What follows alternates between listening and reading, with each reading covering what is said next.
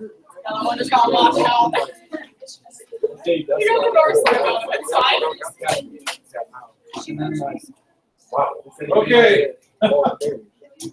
All right. So good afternoon. Hope you guys had a good weekend. We're able to recharge the batteries a little bit. Tests. I've been asked by a couple of people over the course of the day when you are going to get those back. My answer is when they're done. I've got about 115 of those to grade. And if it's just multiple choice, then I can buzz through those pretty quick. But with the short answer, it just takes a while. So bear with me. You should be able to get those back. My thought is no later than Thursday, but I'll get them done as soon as I can. Lincoln, get here. Okay. All right. So as far as where we go now, we're going to continue rolling. Now, in the first 2 weeks of this class, we covered like 400 years of history. And we started like way back in the 1300s. We ended things in 1763.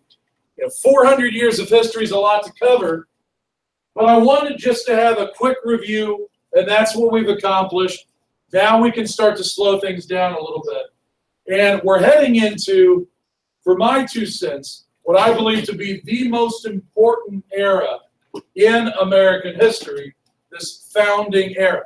So we will go from 1763 to a little bit past 1800. Let's call it 37, 40 years. But we're going to cover that in like 4 weeks. So 400 years in 2 weeks, 40 years in 4 weeks. We're slowing things down quite a bit.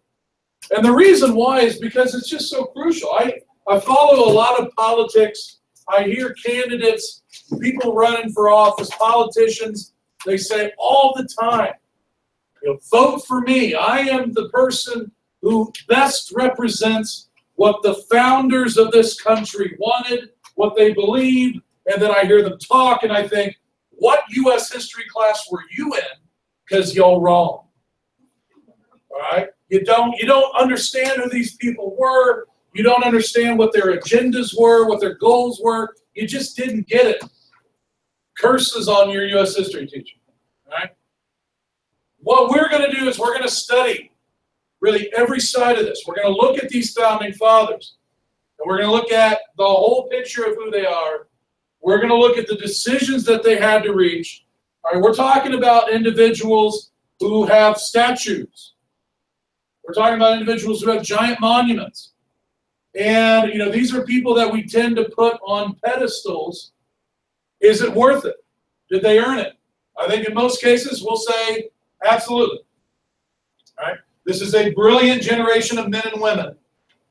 And they're going through, I think, arguably one of the toughest times in U.S. history just because they're creating this country from scratch. All right? And that's not going to be a small thing. It's not going to be perfect. It will be riddled with mistakes. But we're going to spend the time looking at it and studying it. We're really going to take our time through this. We will get to the revolution. A lot of people like studying wars. And there's some value to that. That is, I think, the event that everything revolves around here. But if you know me at all, you know I feel like it's much more important that we understand why a conflict happened. And then we look at what happens because of the conflict. The before and after is often much more important than the during. And that's how we're going to approach the revolution. There will be some time given to it, but a lot more time on everything leading up to it and then everything that happens after. And the leading up to it is where we are going to start now. All right, we pick up in 1763. The French and Indian War has just come to an end. This is a war being fought around the world. It is a truly world war. It's being fought here. It's being fought in Europe. It's being fought as far as India. All right, people think it's just a here war. Absolutely not. It's being fought between the French and the British. All right, and one of the biggest reasons that it's being fought is honestly just because of land. In 1763, your power as a country was largely determined by how good you looked when you got the risk quota. How much land did your country control? And if you'll remember, prior to this war, England only had those 13 colonies right along the Atlantic coast. France had all of Canada and most of the Midwestern United States. Indiana would have been under French control prior to this war. This war comes to an end in '63. It is a resounding victory for the British, and the French are forced to give up a lot of the land that they controlled. In fact, the British humiliated the French so much that the French actually gave up more land than the British could handle. And they eventually just finally said, all right, France, we've had enough. We're going to give you back some of your land. And that's a humiliating set of circumstances for the French. And they're not going to forget it anytime soon. All right? So what we want to look at today is what it's like in 1763 over here in what will become the United States. At that point, a lot of Americans are perfectly fine being British. You know, a lot of Americans made their name during this war. George Washington made his name during this war. So my question, and I think this is going to be our big question over the next couple of days, is how do we go from 13 reasonably happy colonies in 1763 to a Declaration of Independence in 1776? That's 13 years. It's not that long. That's a big jump from A to B. All right, so we're going to start that discussion today. What you will need for today: Chromebook, class web page, and I must have sent out 3 or 4 different reminders saying, please bring headphones. So you need those. If you don't have one or the other or both, we'll get you squared away. Just let me know.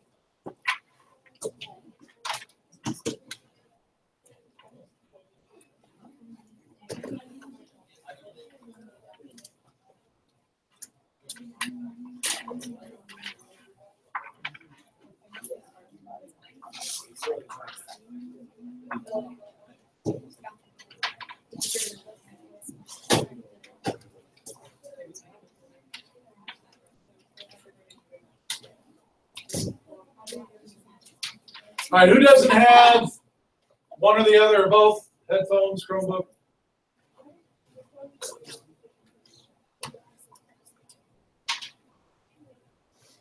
Raise your hand if you don't have one or the other.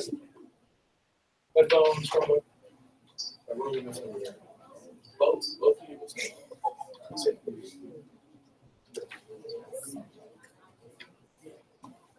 What about it? So, what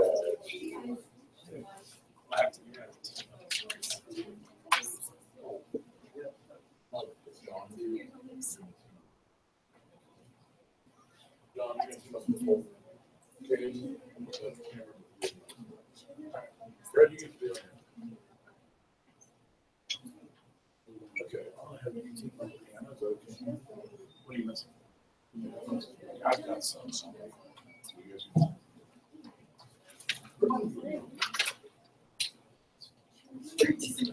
You have both.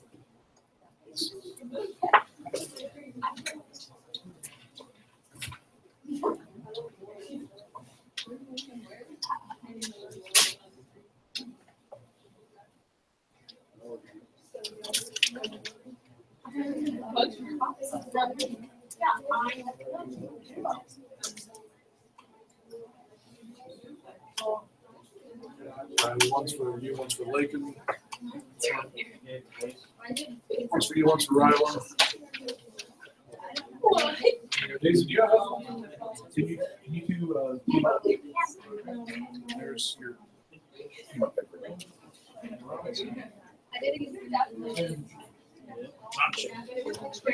All right, so listen up, listen carefully. I want to go through this one time. All right, so each of you, either by yourself or if you've got a partner because of technology issues, each of you have an issue. Okay.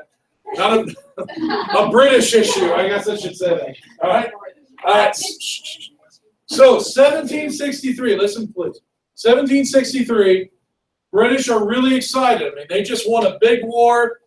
They just defeated their thorn in their side in France and just humiliated them. They're feeling really good.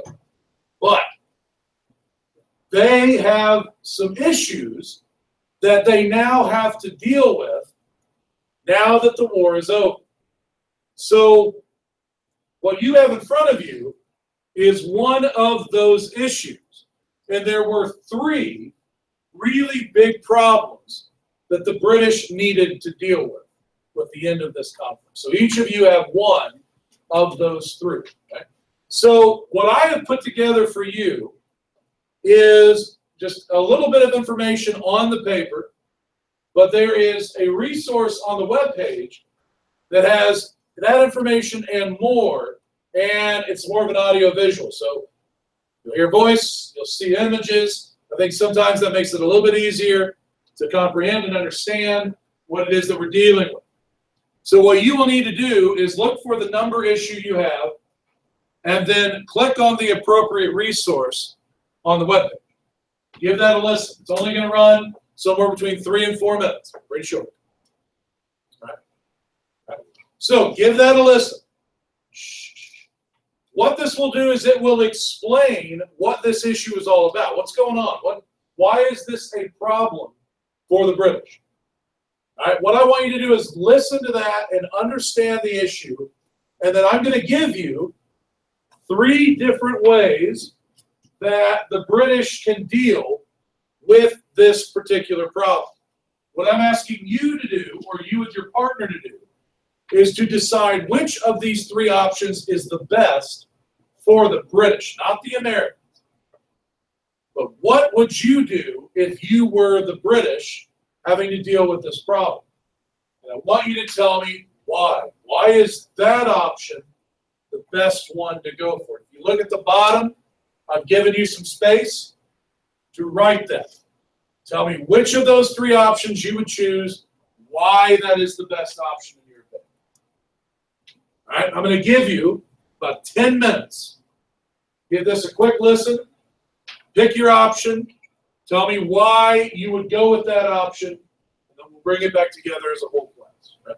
Are there any questions on what I'm asking you to do? All right, 10 minutes. Listen, pick an option, tell me why. Let's get to work.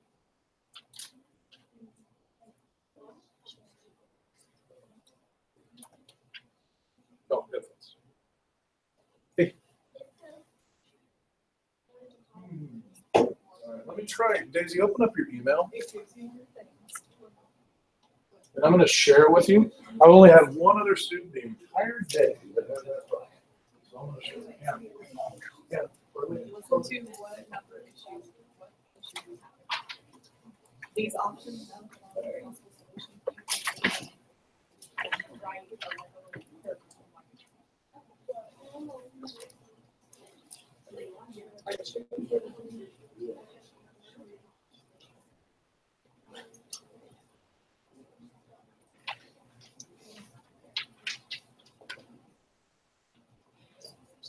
Daisy, which number did you get? Number 1. Okay.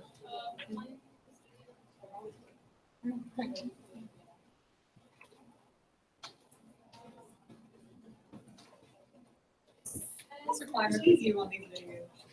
I didn't know. All right, Daisy, it should be in I got your this Mr. Clymer. Hey, yeah, this sounds like Mr. Klein. Hey, like, and I had the same thing. Lincoln, what's the problem? There's a problem. Did you have number 1? I had number 3. I've only had, you're now the second and third person to have something. Okay, well, I just downloaded it, so it's loading. I don't know. Or I can just share it with you. That seems to be fixing the issue. Okay. So I'll share it to your email. Okay, I'm trying to download it. It is in your email now.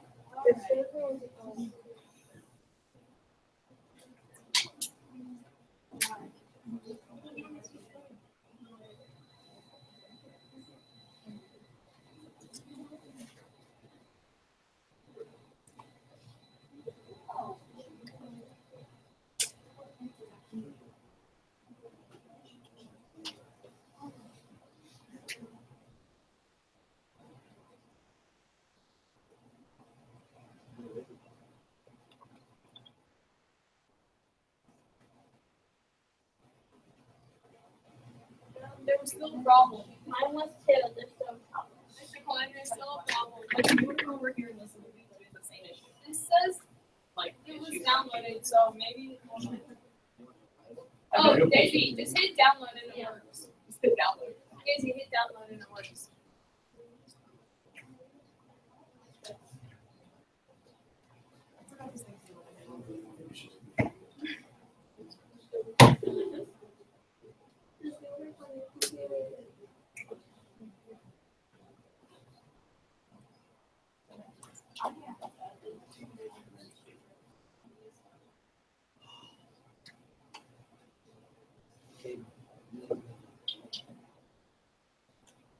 Said that much.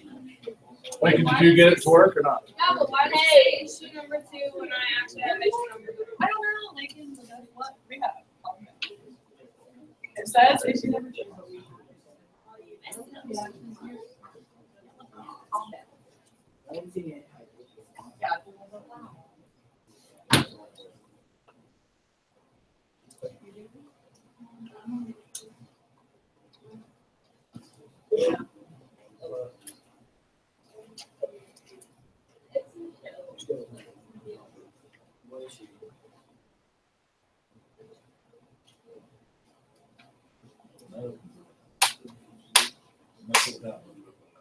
What?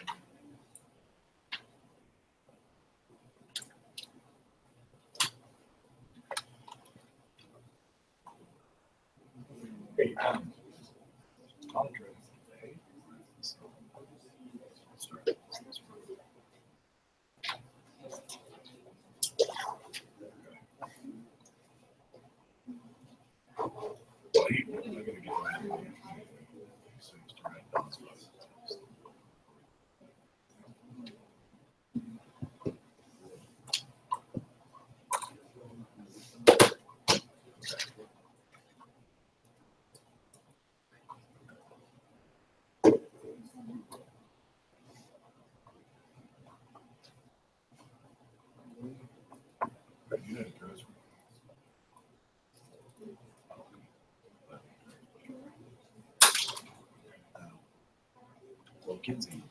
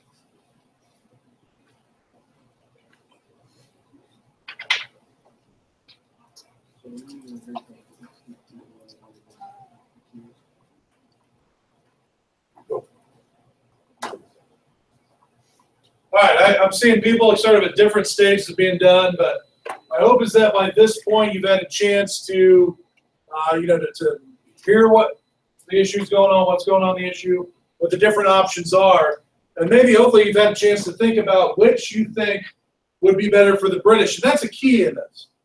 All right, if we think about what's best for the Americans, I think we'll come up with a very different option than if we think about what's better for the British.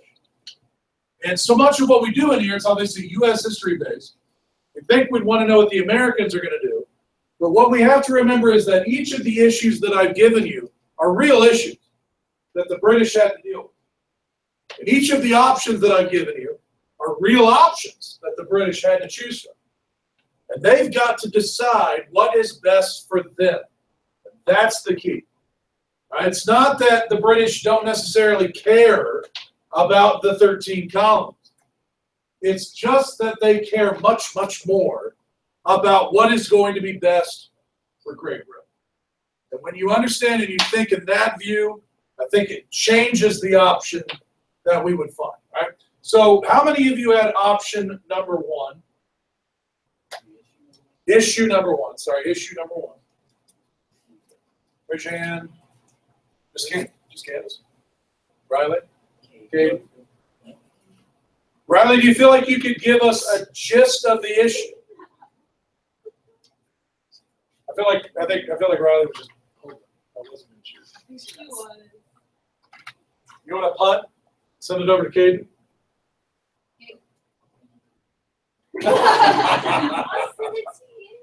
Okay, I'll tell you what. I'll help you out with the issue, and then you guys help me out with which option you chose. All right.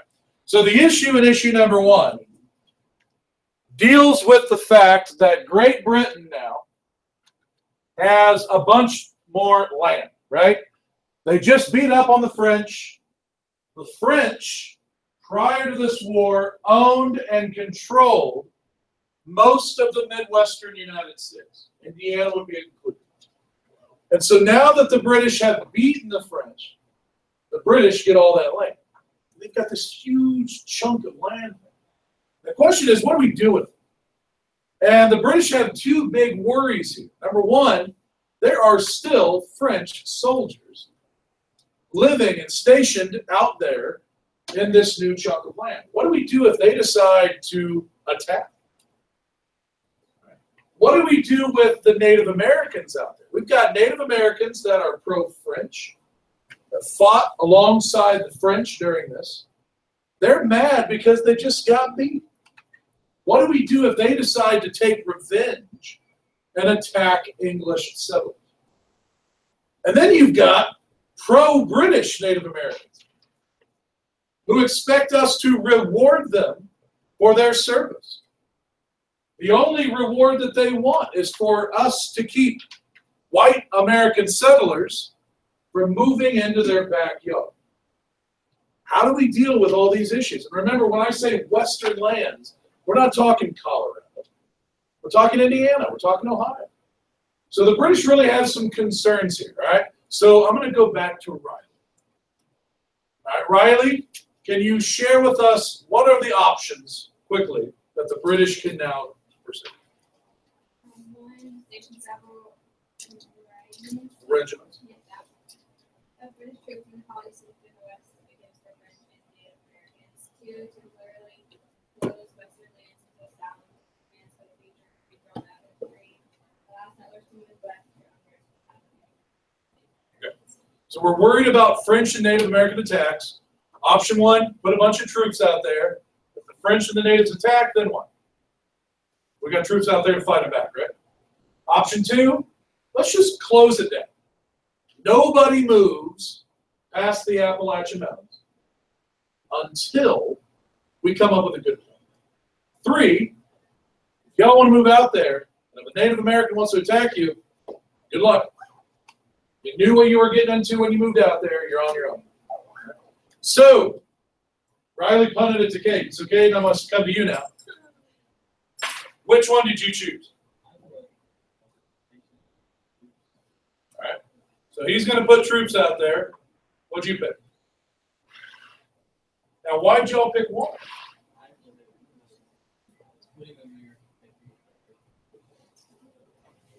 Okay. So you're thinking we've got to protect our settlements and our settlers that are moving out there. It's really expensive to do that, folks. I mean, really expensive. Now, the British actually did what you thought. They kind of did a combination of 1 and 2. We talked at the end of the week last week about this proclamation line. The British draw this line on the map and tell their colonists, do not move past this line. We've saved this land for the Native Americans. It took all of about 10 minutes for the colonists to say, yes, screw them, and move out west. So they're out there.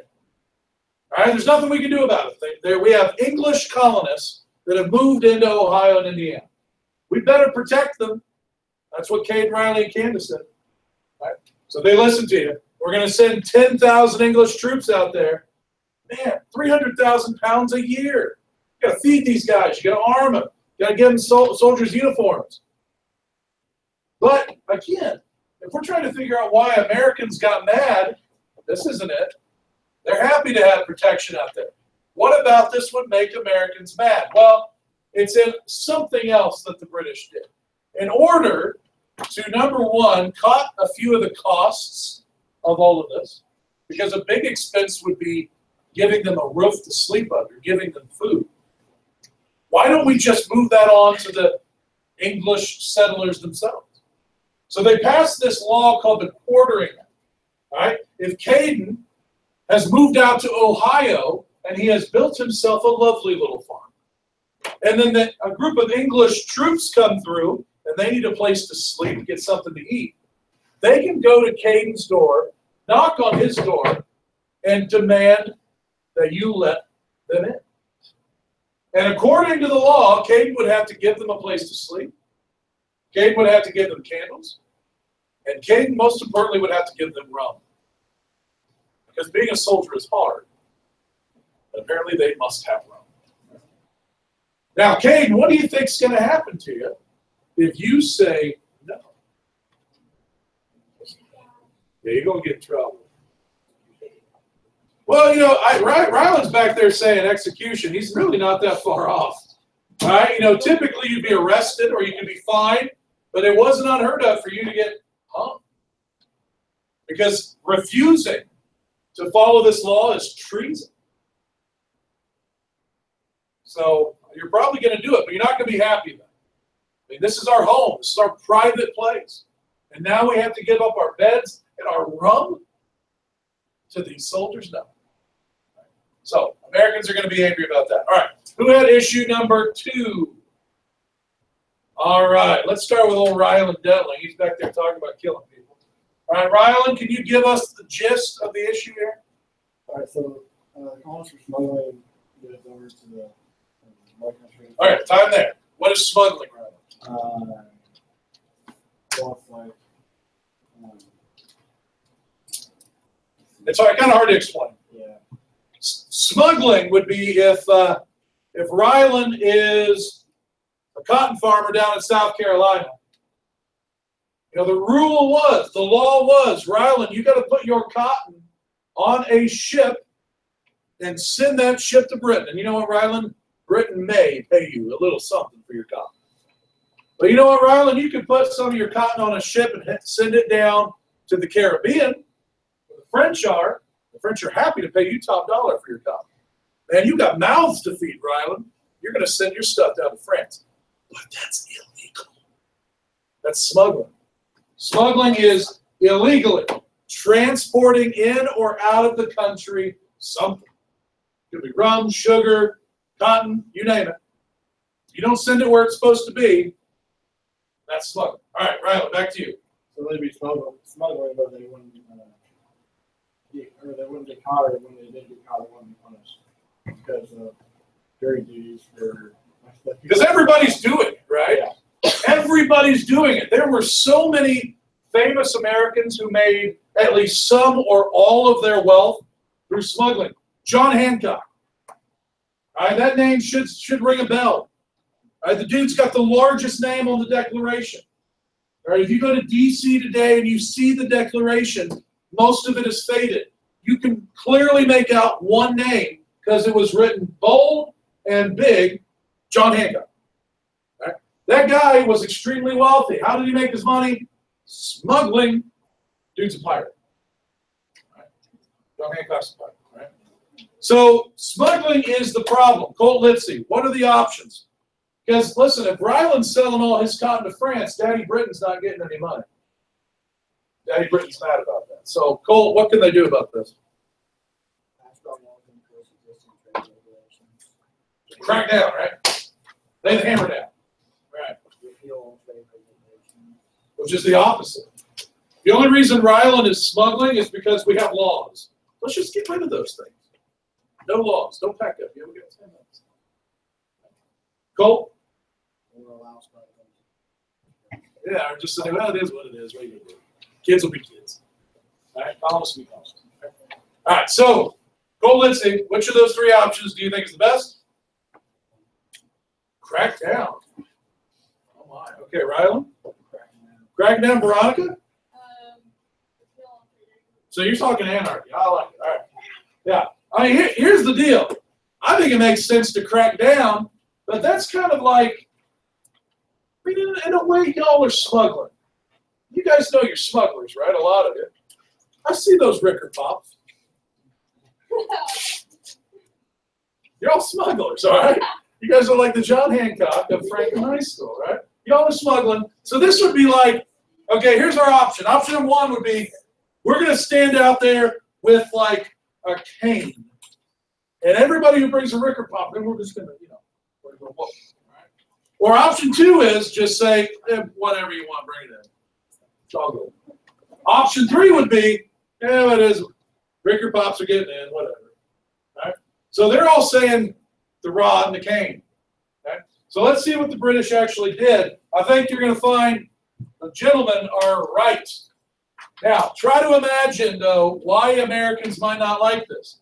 One law passed by the British so that they could search your home for smuggled goods, and they didn't need one of those pesky search warrants. They could just show up and just search your home whenever they want. Okay? That's not something that's going to make people too happy. Another one, they take away your jury. So if I am a British official and I think Colt's smuggling, then I can just say, yeah, you're guilty. Hang him. Hang him. Yeah, no jury. No jury. Nobody else make that decision, just me. So they are cracking down. And if you'll remember, the colonists are not used to that. They're used to salutary neglect. This is not salutary neglect. This is Daddy Britain laying the hammer down, laying the discipline down, and the American colonists are not going to be happy with it. All right, lastly, we have 3. All right, Natalie Sowers, give us the gist quickly. Okay, Britain's in debt, and they need to figure out how to pay that. Bingo. I mean, that's it. Wars cost money. This one cost a lot. Britain had to borrow a bunch of money. Now we got to pay it off. Here's the deal. Who's going to pay that money? Well, it depends on which people. Hold on. Because we can't make the British pay it. They already pay taxes out the wazoo. And then they riot when you tell them more. But the folks living over here in the colonies, Natalie, how much do they pay? Yeah, they don't pay anything. So the thing to do seems like, let's put taxes on the colonists. So just for the sake of time, that's what they decided to do. Here are some of those taxes. We'll hear more about these tomorrow. They're taxing just everyday stuff that a colonist would use all the time. Look at this, the sugar tax. Okay? You aren't British unless you drink tea, pinky out. All right? But their tea came over in big old bricks. I have one. And I'll show it to you tomorrow. What they do is they would get a cup of steaming hot water, and they would scrape off some of the tea off a brick into this water. And it tasted like crap. All right? It was bitter, just nasty stuff. So they would dump huge amounts of sugar in there to make it tolerable. So that's the thinking here. Everybody drinks tea. Everybody needs sugar. Let's just tax it. So it's not like they're going to stop drinking tea. We're going to make our money by taxing everyday stuff. They also put a tax on newspapers. They put a tax on dice. So, I mean, if you're sitting at a tavern, clickety-clack in a hot hand, and dice, you're paying taxes on those dice. Taxes on playing cards. Good afternoon, please form the You can interruption think here, for the guys. afternoon How would announcements. Americans get All angry about Science that? Club All right? members, All right, we're your gonna leave dues that there are to today. be paid by this Friday. Junior high SIA dues are due to Mr. Duncan by Friday. The cost is $10, which is for your SIA shirt. Please use the code given at the call-out meeting to join Junior High SIA Google Classroom. Congratulations to the high school boys cross country team who placed second out of 24 teams in the Marion Invite on Saturday. The girls placed fifth out of 25 teams. Medalists for Frankenworth.